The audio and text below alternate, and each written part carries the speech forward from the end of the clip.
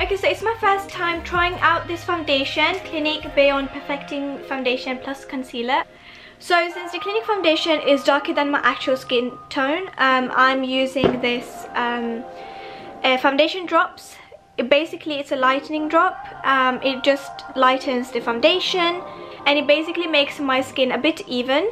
It's still darker than my skin tone, like I don't know how to show you, but I do like it. I like it a lot.